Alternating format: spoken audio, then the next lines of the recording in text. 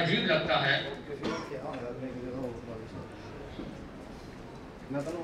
महिला सशक्तिकरण की चर्चा क्यों होनी चाहिए,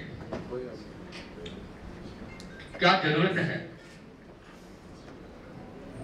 क्योंकि महिला अपने आप में इतनी शक्तिशाली है, उसके भीतर में कुछ ऐसे तत्व समाये हुए हैं कि इस तरह की चर्चा की जरूरत ही नहीं है। वो उनका अगर प्रयोग कर ले तो वो पूरा उथल पुथल कर सकती है।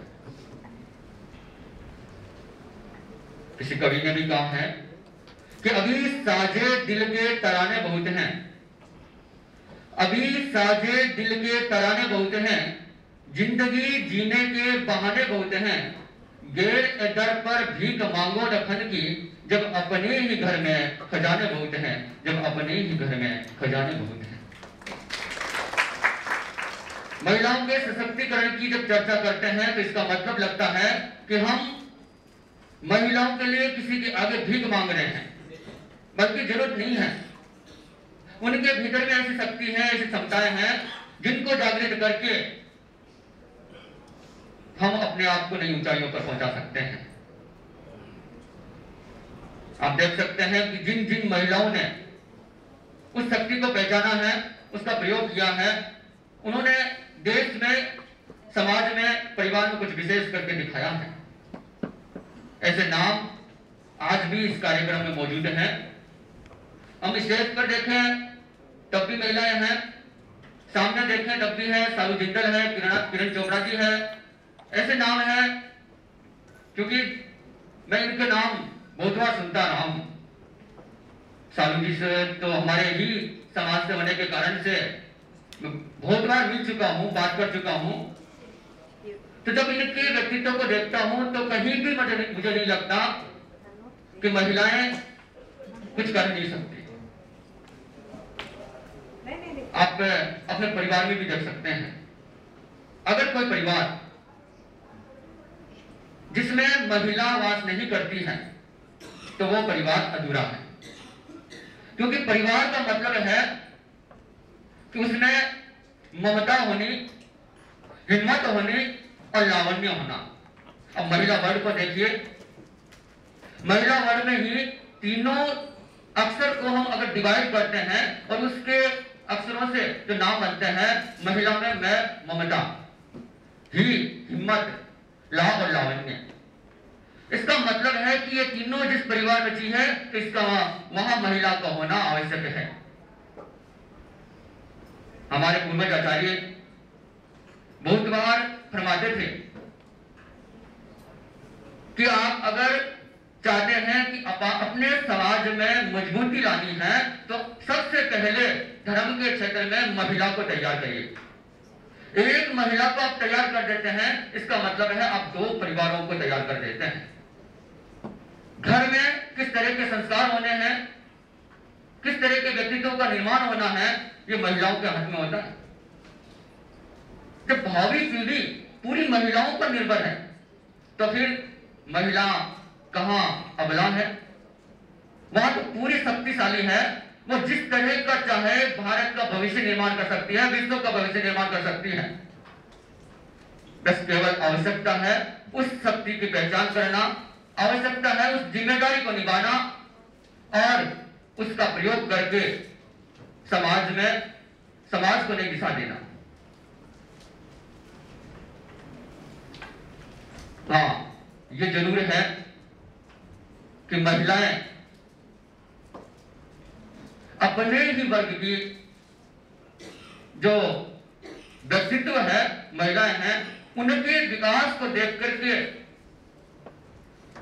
अगर खुश नहीं होती है तो ये महिलाओं के लिए चिंतन का विषय बन जाता है। ये देखने को मिलता है, सुनने को ही नहीं। क्योंकि एक ही परिवार में जब हम देखते हैं कोई बेटी ससुराल जाती है तो उसके लिए जो सास है वो एक अलग भूमिका में आ जाती है, वो है महिला। फिर भी क्यों अलग भूमिका? क्यों उसको उस बेटी के रूप में स्वीकार नहीं किया जाता? अगर महिला के ही विकास में सहयोगी बन जाए तो महिला सशक्तिकरण की बात किसी को करने की आवश्यकता नहीं होगी, बल्कि दृष्टिगोचर होगी और अपने आप ही महिला सबला बनकर के उभरेगी। तो मैं आशा करता हूं कि आज के इस भारत निर्माण के कार्यक्रम में जो एक विशेष चर्चा छेड़ने के लिए उपयोगी सिद्ध होगा और महिला अपनी शक्ति को पहचान करके उसका उपयोग करना सीखेगी, इसी आशा के साथ में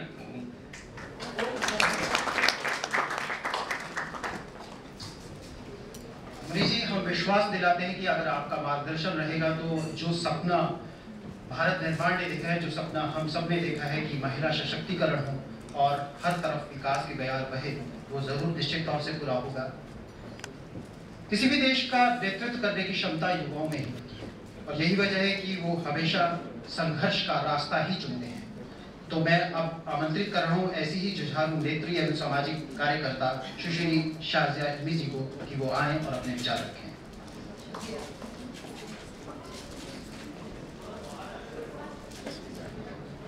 भारत निर्माण का हमारे जितने भी यहाँ पे रविंद्र भाई और जितने भी साथी हैं और आप सबका बहुत बहुत शुक्रिया ये मुझे अपॉर्चुनिटी देने का मौका कि हम आपसे बात करें एक ऐसे गंभीर विषय पर जिस पर बात करना बहुत ज़रूरी है।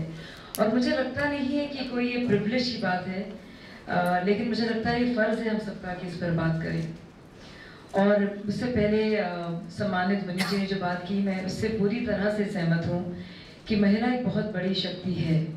Indeed, she is very strong, and because of her there is universe. She is a जननी, वो तो क्रिएटर है, जननी है, सृष्टि उससे है, समाज उससे है, जिंदगी उससे है।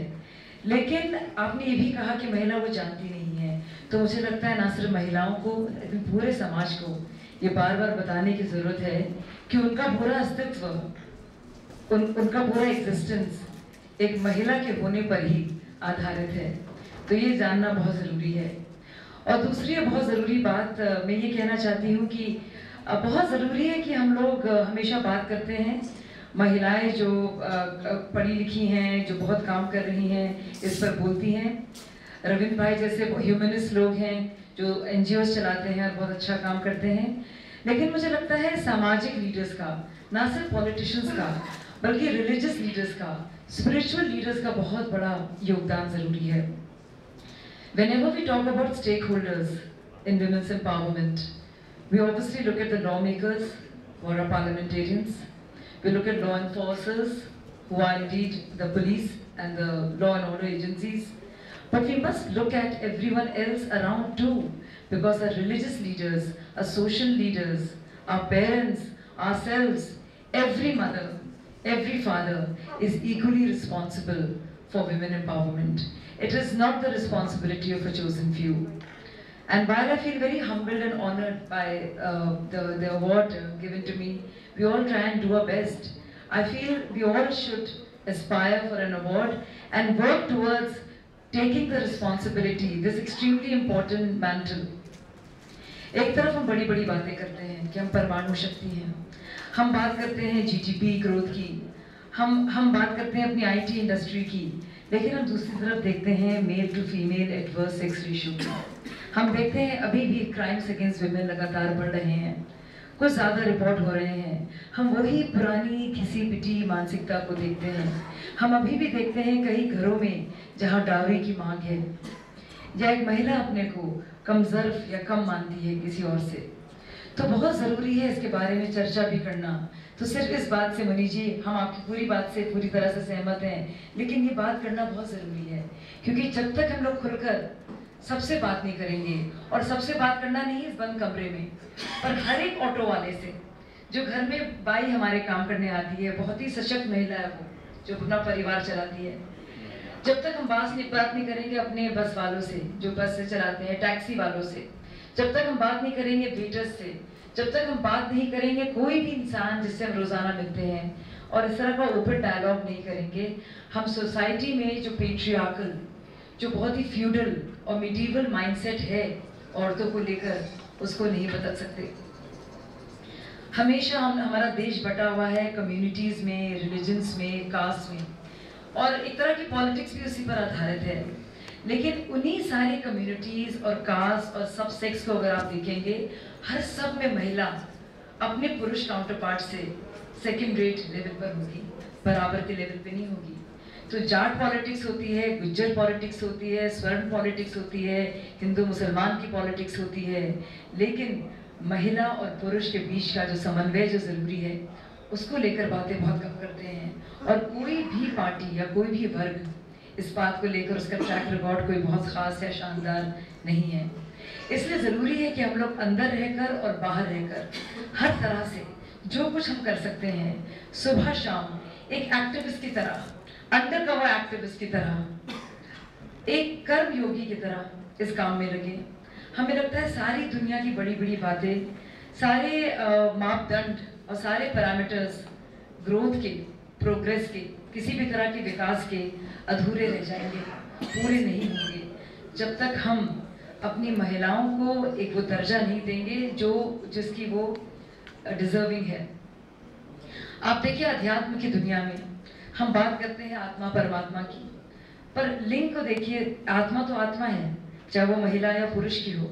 तो भगवान के सामने, अल्लाह ताला के सामने कोई किसी तरह का इसमें भेदभाव नहीं है।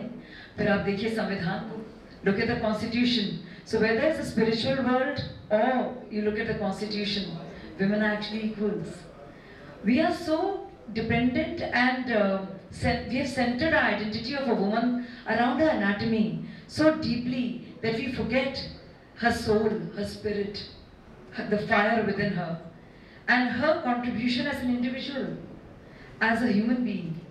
And I think it's that blurring of those boundaries of the physical identity of a woman that are very important.